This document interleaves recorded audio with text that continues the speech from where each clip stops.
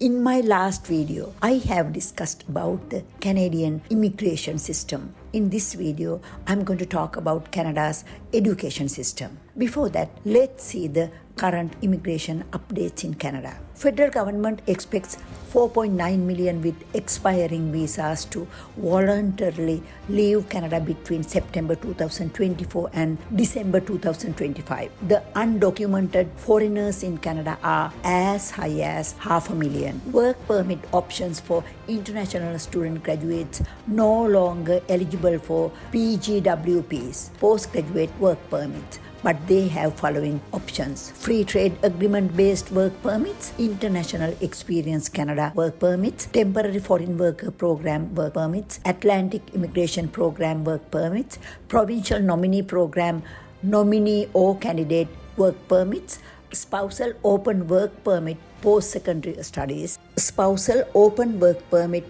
family sponsorship.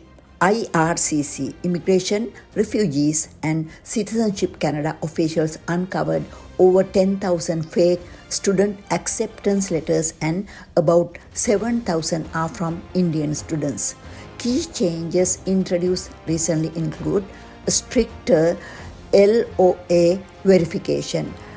Since December 1, 2023, nearly 529,000 letters of acceptance have been verified, with over 17,000 flagged as invalid or cancelled. DLI compliance reporting. DLIs, designated learning institutions, must submit biannual reports confirming student enrollment. Non-compliance could result in suspension from admitting new students for up to a year. Permit conditions monitoring. Students who drop out or fail to meet permit conditions face investigation and enforcement action. Now let's talk about the Canadian education system. When it comes to education, Canada occupies a unique position for several reasons. According to the 2022 American News Report, Canada ranks 4th in the world in terms of the best education in the world. Since 2016, Canada is among the top 5 countries with the best education in the world. Canada is one of the most educated countries in the world,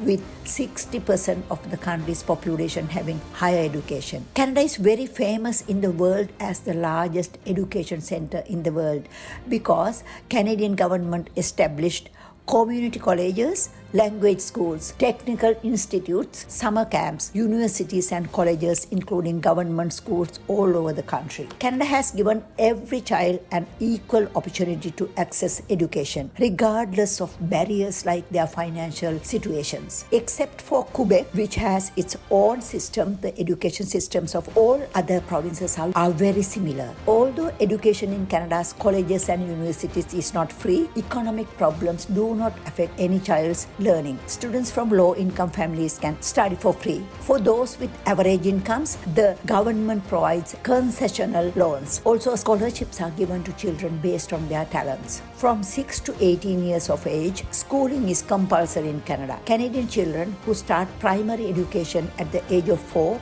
enter high school in the 9th year. The school carefully and thoroughly plans the curriculum to prepare these children who are 4 years in high school for their higher education. There are no highly competitive exams like ordinary level and advanced level like in other countries. For an example, high school students are evaluated in their last few years. After high school, children choose universities or colleges. In college certificate or diploma courses, students get practical, technical skills training for jobs of their choice. These colleges often work together with various workplaces when creating the latest curriculum to suit the jobs. At the university, students often study deeply technical and the theoretical subjects such as Bachelors of Education for teachers, business management, economics, medicine, law and engineering. Unlike in some countries, you have to have a degree to go to the medical schools and law schools. There are several reasons why government-funded education in Canada ranks high. The country spends more than 5% of its GDP on education. Compared to many countries, this allocation is very high. From the very first day of entering the school, various programs are run to eliminate the shyness of the child. For an example, they do a very nice program called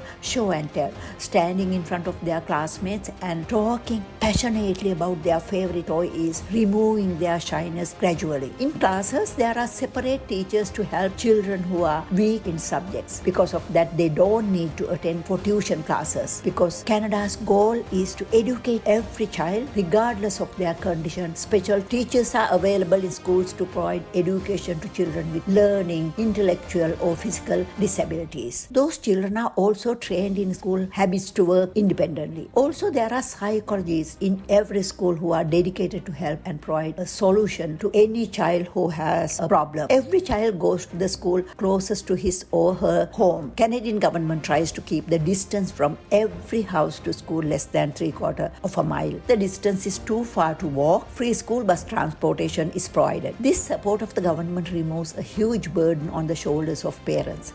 Also, from the beginning to the 12th year, textbooks are provided free of charge by the government. Healthy breakfast is also provided. The child comes to school without a breakfast. Teaching is one of the most respected professions in Canada and requires at least a bachelor's degree and 1 year of practical training. Many have master's degrees and certificates. Teachers learn throughout their lives to continuously improve their knowledge. In the classroom, teachers interact very closely with children, another reason for the success of Canadian education. Teachers in Canada are well paid and have high standards. Since primary education in Canada places special emphasis on both theoretical and practical aspects, teachers impart knowledge to children and lead them to exploration and research.